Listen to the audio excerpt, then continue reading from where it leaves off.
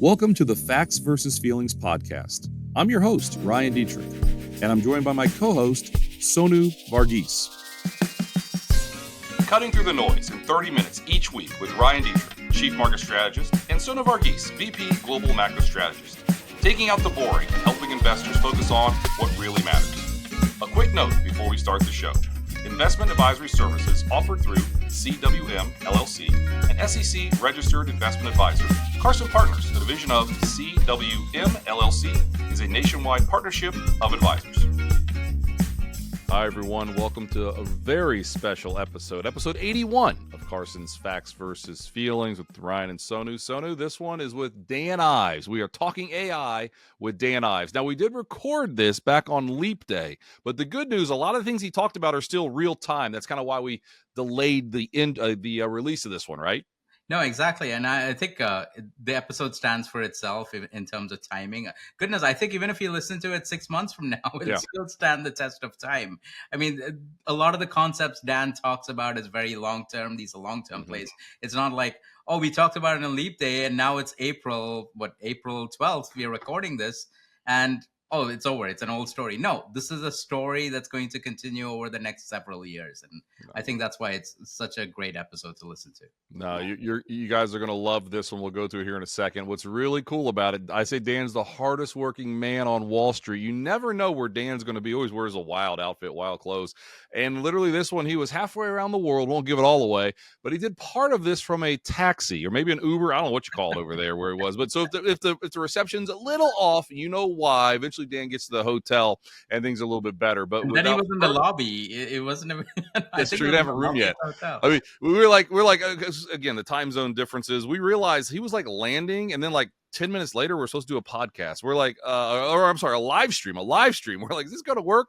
But it all worked out good. So without further ado, here is episode 41. Episode 81 of Carson's Facts versus Feelings, talking AI with Dan Ives. There we go. Dan Ives. Hello, sir. How are you? Great to be on. We are good. So again, Sonu has a good point. I'm Ryan Detrick, Chief Market Strategist with Carson Group. Sonu, go ahead. Your title there. Sonu Varghese, Vice President, Global Macro Strategist here at Carson Group. And then Dan, your title and where in the world are you? Literally, where in the world are you? So right now I'm in Bangkok, Thailand. I'm part of it. It's part of a 2-week investor trip that I'm doing in Asia. And we do these every 4 months. And I am right now in a car from the airport to the hotel in Bangkok with you guys. How cool is that? From Bangkok to Cincinnati to Chicago. It's awesome. When we set this up, we didn't quite realize that part of it, but it's an honor, Dan, that we get to chat with you. I'd say you're the hardest working man, and now you're literally in Bangkok right now. Hard man, person, woman in finance. From Bangkok. Again, what are you doing in Bangkok? You kind of just said. Well, what are you doing again? One more time. I mean, a lot of it is that these trips, and Ron, me and you've talked about before. I think when there's things like AI revolution, things that are happening in tech. You don't find them in a spreadsheet sitting in your 10th floor office building in New York City. You find it out in the globe, right? So like when these trips, they're very important in terms of data points and building the overall thesis with what I believe is the biggest tech transformation since the start of the internet in 1995. So, Dan, let's start there. Let's just get into one of the big themes you've been talking about on TV, and there's a lot we want to talk with. We have exactly 40 minutes. We have a hard 39 minutes, Dan, 39 minutes. You've been talking about this is more of a 1995 moment versus a 99 moment, because a lot of people say, wow, this feels like a bubble. Look at these moves. Can you talk to us? Why do you think it's 95 versus 99, Dan? And my hands, you, Sonu, and I think, Kathy and others have talked about similar things. Look, I believe it's a 95 moment and not a 99 moment because this monetization that we're seeing around AI is something only similar that we've seen start the internet. And when some of the covered tech stocks in the late 90s, that's where there was froth, the lack of monetization, a lot of it was on the come in terms of the, businesses, and a lot of them failed. Here, this is as real the theme, and I'd say start in, and then you could argue, I could just call it a fourth industrial revolution. And I believe that the tech transformation, the tidal wave that this is going to happen across tech, I still believe is being massively underestimated by investors, which is why I call it a 95 moment, but not a 99, 2000 hype moment. That's interesting. I mean, since you're in Asia, I wanted to ask that, over the last decade, we know the U.S. markets have outperformed mostly on the back of tech, literally what we're just talking about, right? And it seems like a lot of people, or maybe the next decade it will be different. But now here we are again talking about tech and the Magnificent Seven and Nvidia and all of that. What's the feeling in Asia? How are people talking about what's happening stateside in Asia, and how you're talking to folks over there about it as well? Yeah. I mean, just in Hong Kong today, and look, I think sentiment is awful, horror show, Nightmare on Elm Street when it comes to China, right? I mean, it's almost anything but China. It's hard to own China tech. And I think you've seen, and we've seen this the last few years, a huge rotation away from owning China tech toward U.S. tech. And the reality is that you talk about Mag 7, you talk about AI, these themes, where they happen, whether it's in the 206 area code, in the valley, that's where the technology is. And that's why it comes down to, it starts with Jensen, the godfather, obviously the godfather of AI, and what Jensen and Nvidia has done. But you look at what Redmond's doing, and what I believe now are some of these use cases they're starting to build out. And I think investors, they're now on the theme. I think many are looking to see if this is a 95 moment, then we're at the bar and it's 10 p.m., not 2 a.m. It's a nice way to put it. That is. So that reminds me, Dan, 1 week ago today, you and I got to hang out kind of at a bar for Josh Brown's birthday. That was awesome to finally meet face to face. Do you do that stuff all the time? Are you just, because you're just like such a celebrity now, Dan, are you always going to the parties anymore? First of all, it was great seeing you, the 513, legend person. I think I love going to those types of events because also I feel like we're going through something right now that is a once in a lifetime experience relative to the markets. And I think it's exciting to share the experiences. And that's why I love, especially over Twitter and, social and media and others. I also like communicating the message to investors, just like we're doing here, right? Because I think it's important that investors understand what this revolution is and also what the opportunities are. Because it's very easy to get caught up with the bears that have been negative on tech for the last 14 years. Yeah, and it's been 14 years, right? It's speaking of tech, I mean, obviously there's so much attention on the Mag 7, the Magnificent 7. Maybe you can break that down for us. Is it right to think of them all as one single unit? Or they all seem, they're all very different. But how do you think about them separately as individual pieces? I mean, that's a great question. I view it similar to how I viewed the FANG complex. In other words, there's individual. You look at Netflix the same way you did Amazon, but it speaks to these large cap tech stalwarts are going to lead the revolution. Because even when you look at, when you break it down, of course, it starts with Nvidia and Microsoft. I mean, if you really, right, I almost break those out because when you think about AI revolution, it doesn't exist without Jensen and Nadella. And I think that starts essentially what's a tidal wave of spend.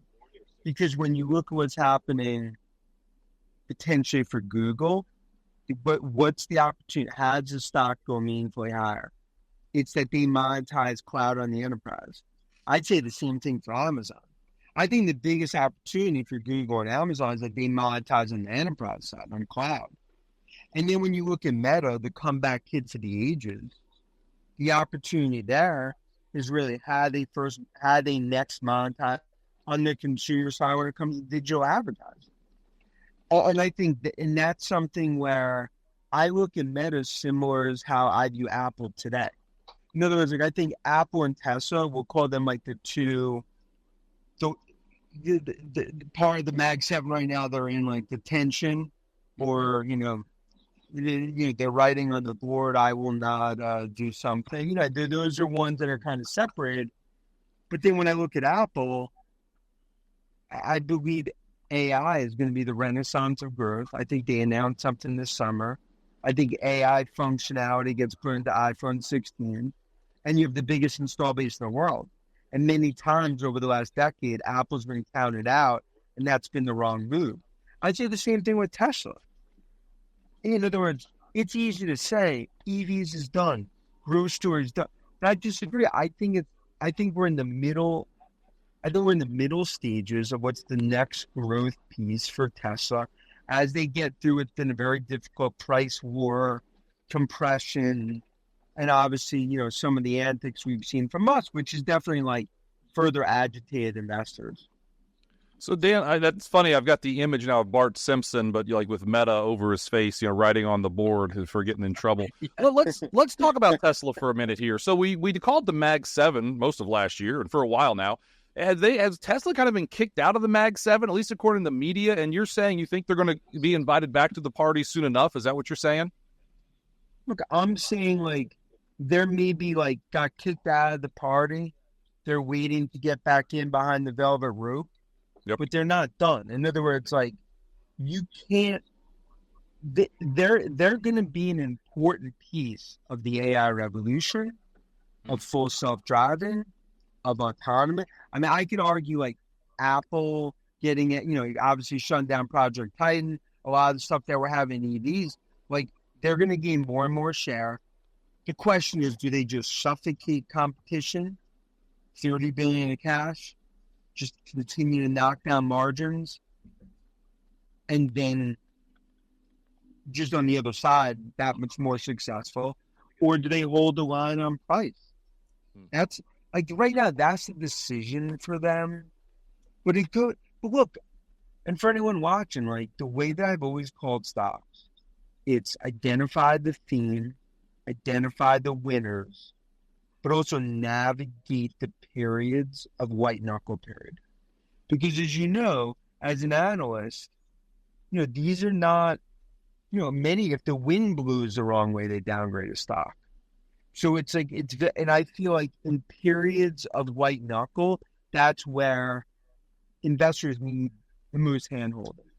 But just a good example, like let's say, like, I know we're going off topic, but like last week, Palo Alto, one of our top names last decade, they report soft earnings, lower guidance. Investors are like, story's over. 10 downgrade, stock goes 260. It's what, 320? I mean, the point is like, that story's not done. It was a reset, and it was the next stage of the growth story. Well, you saw probably Nancy Pelosi bought deep in the money calls on that particular company, much like she did with Nvidia late last year. So maybe there's the best trader out there. There you go. Dan, I just want to make sure. So have you had a chance to retweet this? I tagged you. I just want to make sure we can get this to as many people. And again, everyone, this is live on Leap Day with Facts versus Feelings, Ryan and Sonu, along with Dan Ives coming up. We've got about 30 more minutes with Dan, and Kathy Wood will come up at the top of the hour in about 45 minutes. This is and Dan live from are you at the hotel yet, Dan? Let's get the live update. Where are you? You're in Bangkok. What's going on? Okay, I just ran. I just got to hotel. I will be on video in probably 2 minutes. Cool. Okay, somehow I'm excited to see what you're wearing too. I know people might not believe. Would you believe we're talking to an AI Dan Ives right now? People want to see the real Dan. They don't believe you, Dan. Okay, now again, this is part. Is it an AI Dan Ives or is it exactly? That's the question. And the thing is, these are all things that you only find out with Sonu and Ryan. There you go. There you go. We'll wait till he comes live. I'm waiting to see whether it's the orange shoes or the pink jacket or. Oh, there's a lot of true. A lot of excitement, Dan, of what you're wearing. That's for sure. Okay. But just coming back to Tesla, and since you're in Asia too, the EV story, I think, is the electric vehicle story is global, right? And it sort of has to be. What about BYD? Where does that fit in? I don't know. BYD, build your dreams, right? Chinese EV company. Where did they fit in the picture with respect to EVs, the global EV picture, and then where does Tesla fit in relation to BYD as well? Yeah. So, look, I think for BYD, you got to give them credit in terms of what they've done. I mean, they have definitely.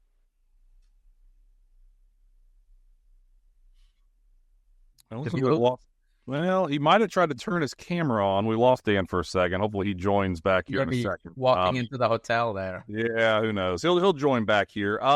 Well, so Sonu, what do you think Dan's wearing? I mean, what's your guess? I'm going to say something green. I don't know. I'm going to say green. With polka dots on a shirt or something. I'm here. I'm back. There he is. I should say. I will see. I predicted the dots. Let's say, got here's shirt. Mm-hmm. Got pink. And then these are. I'll show you the sneaks. So wild, Ryan. You should run commentary because eventually this will be the podcast too, right? Well, so yeah. I mean, I don't. The people can see it on YouTube. I'm not even going to watch the video on YouTube later. It's awesome. So you're just in the lobby of the hotel now, Dan? Is that where you are? In the lobby of the hotel, and we've got. But also that's how these trips are. I mean, we're in 7 countries. Wow. We're 8 countries in 13 days. Wow. Well, it's just an honor. We've got about 25 more minutes with Dan Ives here. Definitely want to dive into a lot more things. Go ahead, Sonu. No, Beppo. Oh, BYD. I don't know where we were. Yeah. BYD. You're talking about building our dreams, right? Or your dreams. However. No, but look, the problem in China is just going to be it's competition, right? It's the price wars. That's the big issue that we're seeing play out. And I mean, BYD clearly has been the biggest formidable competitor, but it's really about price wars that are happening in China. I think that's the biggest concern. Look, that's why Chinese EVs right now. You've seen so much pressure on these names because just of the worry what's on the horizon. Right. And speaking, from America, basically, do we just keep them away with tariffs? Look, I don't. The shame is, as I spend a lot of time in China, the actual BYD car, and I'd say Neo as well. I mean, they're special cars. Like I think a lot of the cars coming out of China, phenomenal. I just think the reality in this geopolitical landscape, like I just don't see a scenario where you have a BYD dealership in New Jersey, at least as of right now. I'm not saying in the next few years at one point you don't see it. And look, for them, I mean, they're going to expand in Europe, but there's no doubt, like the U.S. market is it's closed for now. Right. And speaking of EVs, like Apple just announced that they're moving from EVs to AI, right? Which seems like the theme of what's going on anyway. What do you make of that? I think that's the right move. I mean, look, that's been a decade of just pain and frustration. It had good intention, but they essentially spent 8 to 10 billion. Wow. On that. And I think, look, for now as an investor, you want to see them all in on AI. That's what you're focused on. And it's one where it was tough. They need to rip the Band-Aid off, but it was the smart move. Interesting. Go ahead. So Dan, let's change gears for a minute here as we hit, about the halfway point, give or take. What I love about you is you've been right Obviously, you've been right in a lot of ways, which is tremendous. But you know what? There's been a lot of other people who've been right. But what I love about you is what we just talked about. People love your personality. They love the way you dress, kind of wild. I mean, is that, I'm not saying that's a shtick, but I'm saying what you found is your right niche, that people understand who Dan Ives is, to see your personality every time they watch you on TV or listen to your voice. Can you talk to some young analyst who's out there? I mean, is that important to have a little bit of a niche to make yourself stand out? Because to be honest, I've used a little bit of a niche, kind of using humor and stories throughout my career. You obviously do that as well. What do you want to tell someone who's younger who wants to be the next Dan Ives out there? What should they do? No, and look, a lot of times, like, people reach out and they ask like questions like that. And look, I view it as, look, my personality has always been the same, right? I mean, going back to Long Island days, back in the 80s, look, I think as an analyst, I started doing this in the late 90s, right? And I think I recognized early on, and I think it's important, just like you do, Ryan, where you understand like what your advantages are and maybe what your disadvantages are. And I felt like I was a relationship individual. That was one where I was able to communicate messages in ways that people understood. And also a lot of it is like, I've always dressed different ways, fun, because also like, that's more of my personality. I think in social media and it's enabled to actually now, like, more individual investors that don't know you personally get to know it. And I think also it's like, look, I'm comfortable in my own skin. And I think it's important to, you develop, I wouldn't say it's a niche necessarily from a fashion perspective, but I do think it's important that like, you do things the way that you feel good and you're comfortable with. So in other words, like if I'm here in Bangkok and I'm in meetings tomorrow, I act the same as I act on TV, on the podcast, as I am with you in New York last week. Like, it's like, it's very consistent. And that's like, I'm also like, I love Twitter. I was like the good Tom Lee, yourself. I mean, there's many that have similar viewpoints because I also love connecting with individual retail. Like I just individuals, because also I like taking all the stuff that I've done for 25 years, taking that message and trying to communicate it. Yep. Because I think it's and Ryan, like, you and Sonu do such an awesome job as well, right? Like, I think you're probably one of the best out there, just breaking things down, taking away the mystique and trying to put it in ways that people actually understand. But that's really what I do from a tech perspective, but also like the reason I travel, whatever, 200,000 miles a year or whatever, is that like, I'm not going to find the themes and the winners in the 10th floor of my office building in New York City. That's such a great way to put it. It's so cool that you put your personality forward, right? And it's the same, whether you're on TV. And I'd like to think actually Ryan too, right? Ryan and me been working to 18 months or so. And Ryan, trust me, for everyone listening, Ryan's the same. He and I are out getting a milkshake or whether he's on TV. Yeah. Because also I love, like, the reason I love doing all that stuff, my whole career and stuff like that, I like taking complex messages and distilling it. Because a lot of times, like yesterday in Hong Kong, right? Some guy, like, I was getting pizza. There's this one pizza spot I love in Hong Kong. And some guy came up to me after. He's like, "Hey, I just want to say, because of you, I bought Apple 5 years ago. Thank you. I watched you on Twitter." It's not about like me, but it's like that guy. Like it's a connection that he connects by. I'm able to maybe sometimes take things. Not that you agree or disagree, but at least that's how I've done it. And also, a lot of times you go to your own beat, right? Like a beat of a different drum.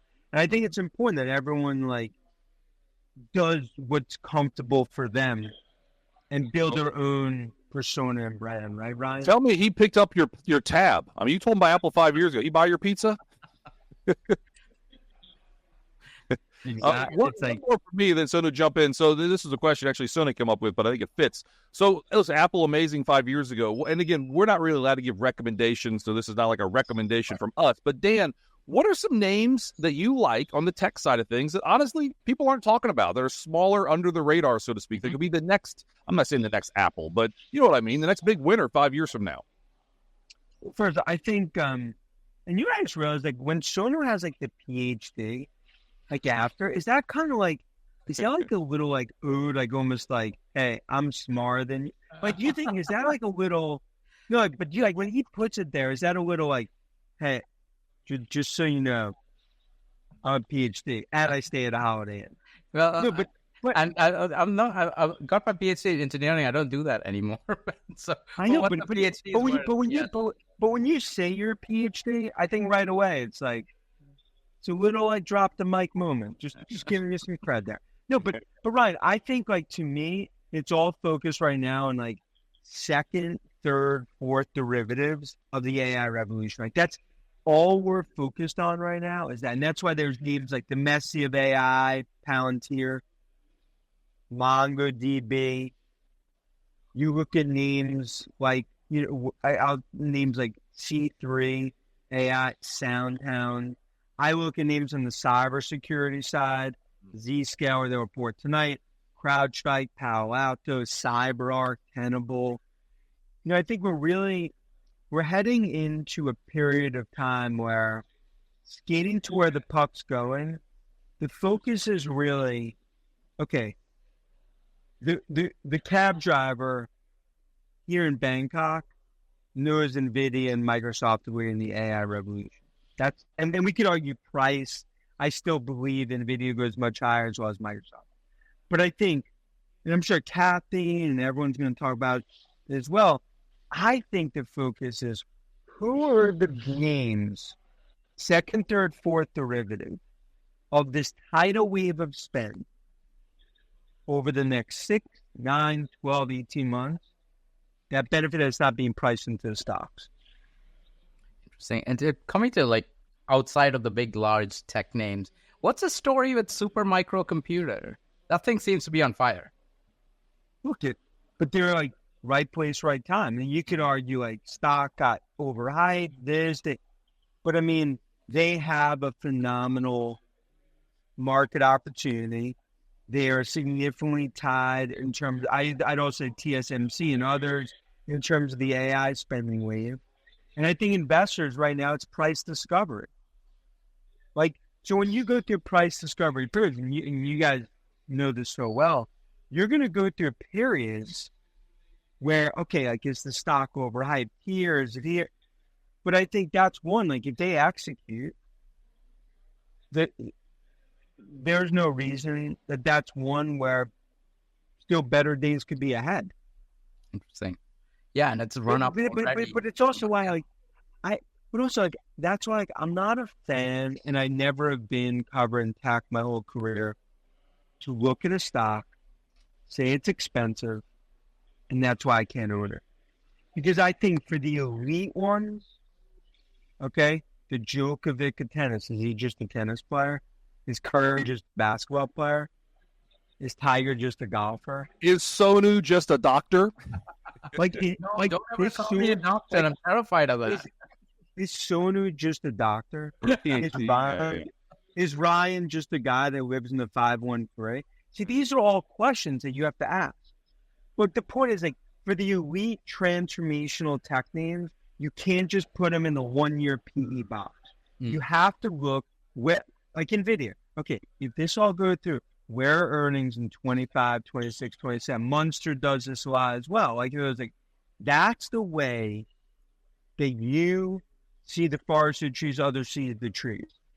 And that's how we look at names. That's how I think you identify them from a valuation perspective. I mean, Kathy, she'll talk a ton about this.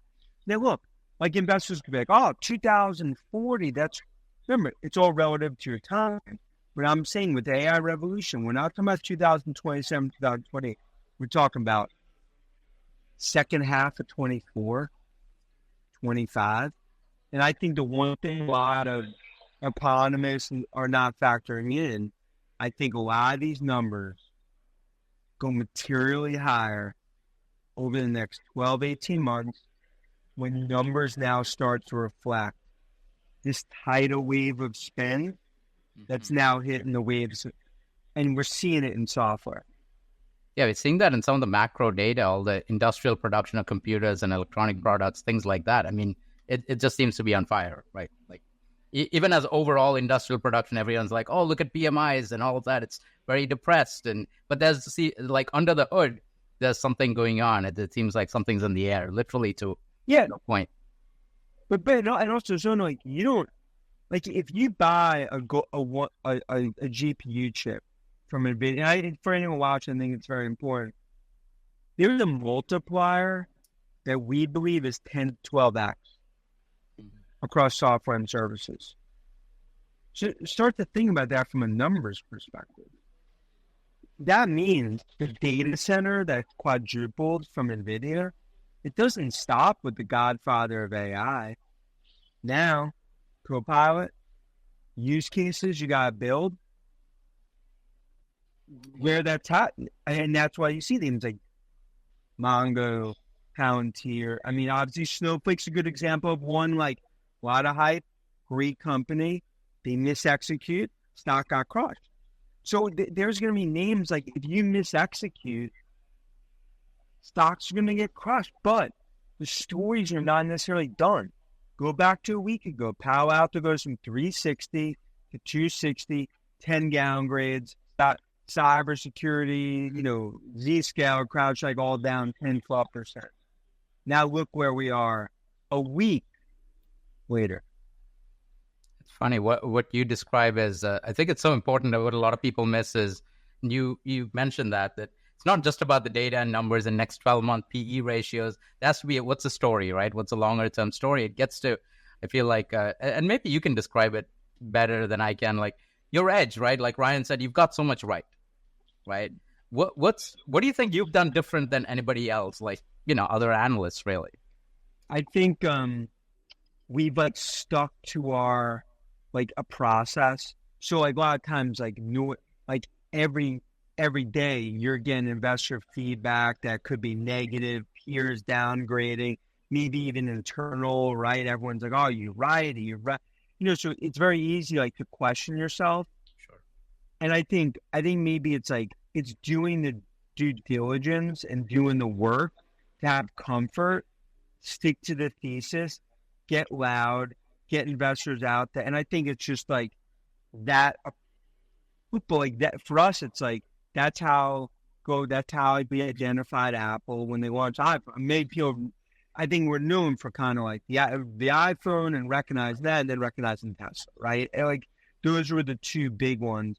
And there were many periods where, iPhone launches in 2007, 2008 financial crisis.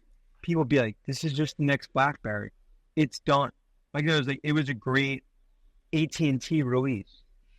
So I do think it's very important as the individual investors, like, everyone has their process, and sometimes the noise, but that's why, like, things like you guys do, Tom Lee and others, break things down in ways that sometimes, like, maybe, like, condenses it.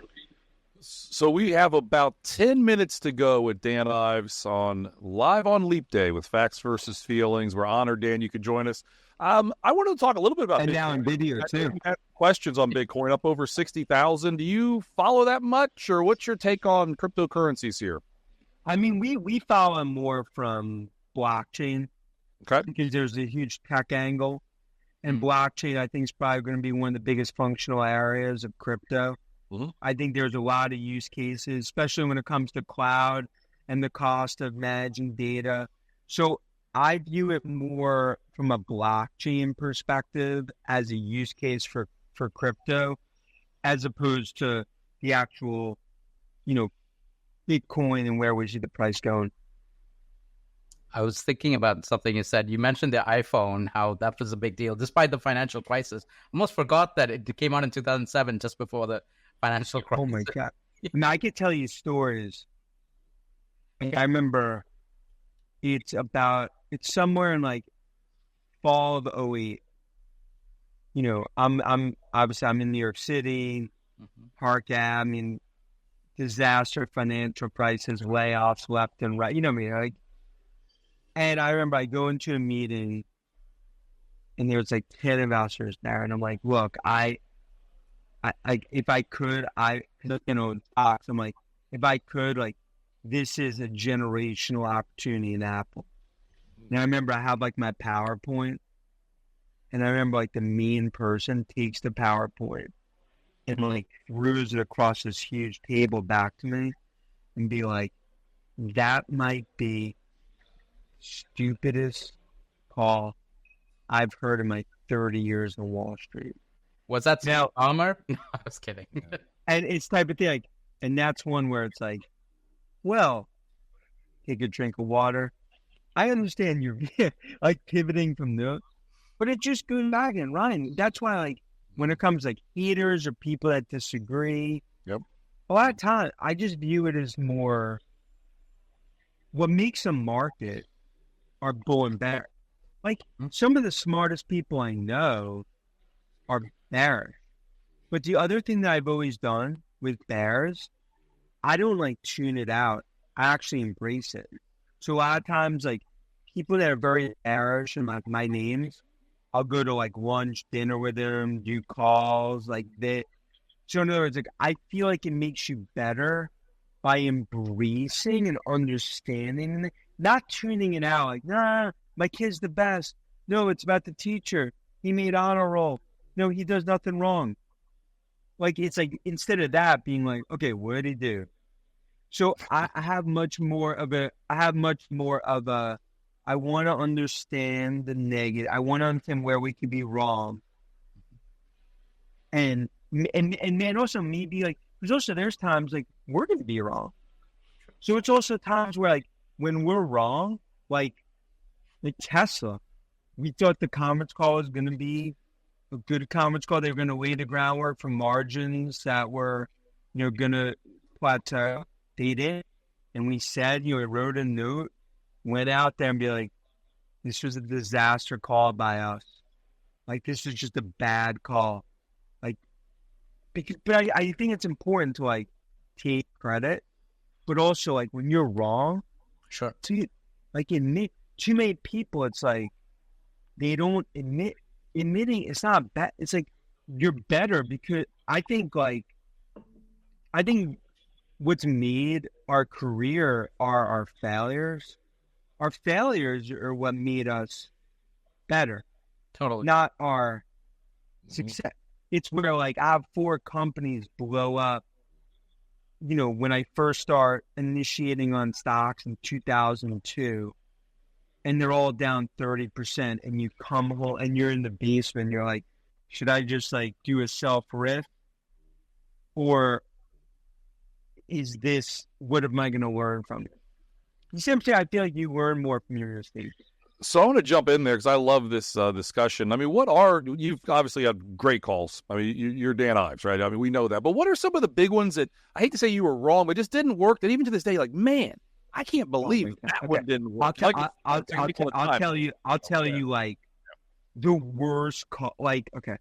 So like FireEye, back in like 2013, they buy Mandiant. So basically it was a combo of like cybersecurity.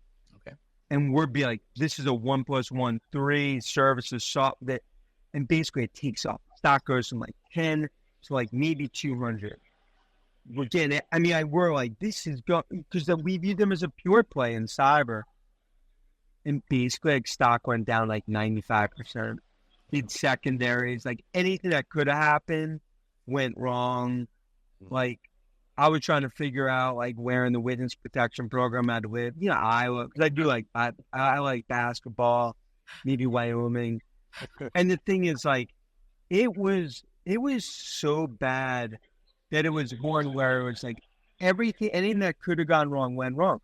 But that's a good example of like I learned from it, sure, took stock, and ultimately because of that.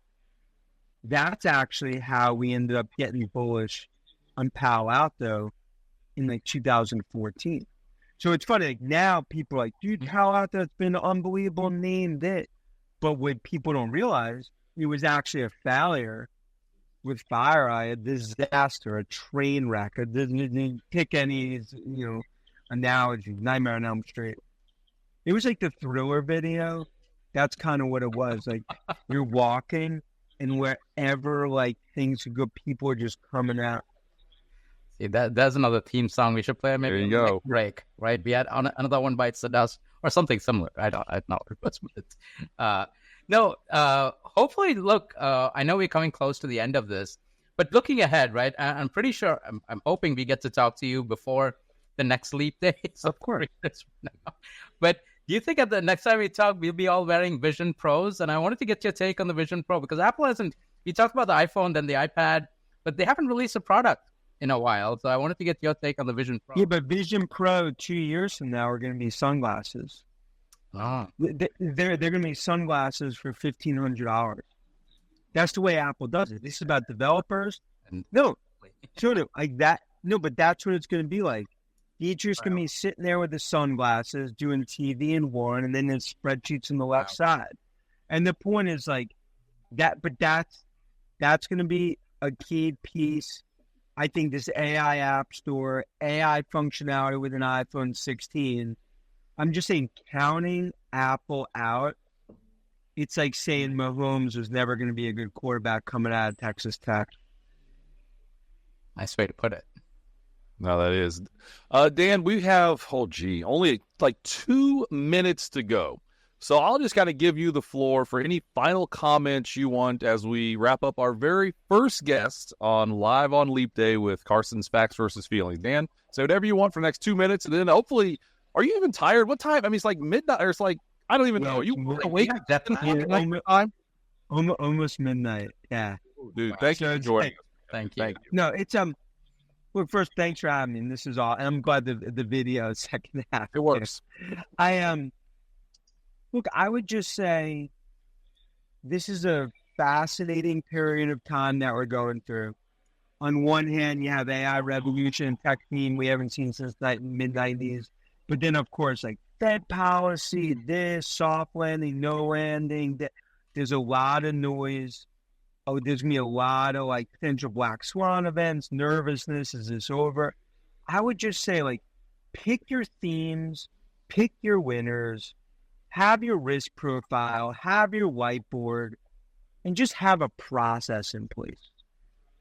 Like, in other words, as someone that covered techstocks.com, bubble burst, I mean, I had investors, like, I remember, like, I had friends, they were investing in stocks, like pets.com, they're like, oh, maybe I'll buy a boat, and then I'll do this, and then I'll buy and then 3 months later, they're like, okay, I'll move back with my parents in the basement.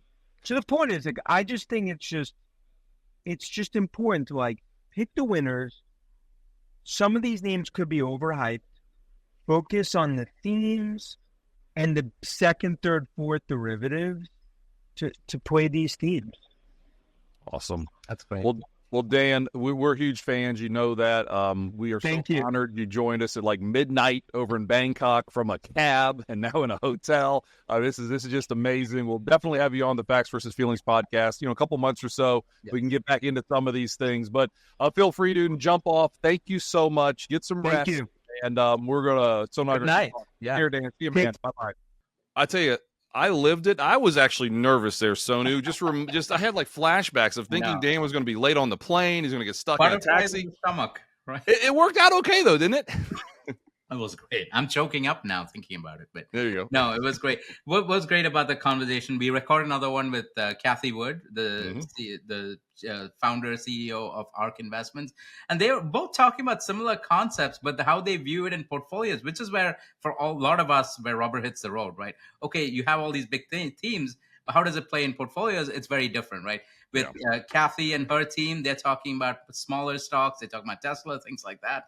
Whereas with Dan, he's talking about large cap tech stocks. He likes, Tesla, obviously, but even Amazon and Google and Meta and Apple and all of that. Nvidia, obviously, is a big one there. Whereas Kathy, they've gone in a different direction, even though it's very similar themes that they see play out over the next decade. Yeah, and you can go check the replay of the interview with Kathy we did also from the Leap Day live stream that we did. So with all of that, hopefully you enjoyed it. I know I did. And Dan, we're huge fans of Dan. And thanks again to Dan. Just like one little message to Dan. Hey, you want to join us? He's like, yeah, sure. Then we realize, oh, he's halfway around the world, but it still worked out. So thank you to Dan for taking some time to talk about the future and about AI and about technology and all the cool stuff that Dan just brought up there. So with all that, this is episode 81, Carson's Facts versus Feelings. We'll see everyone next week. Take care. Thank you.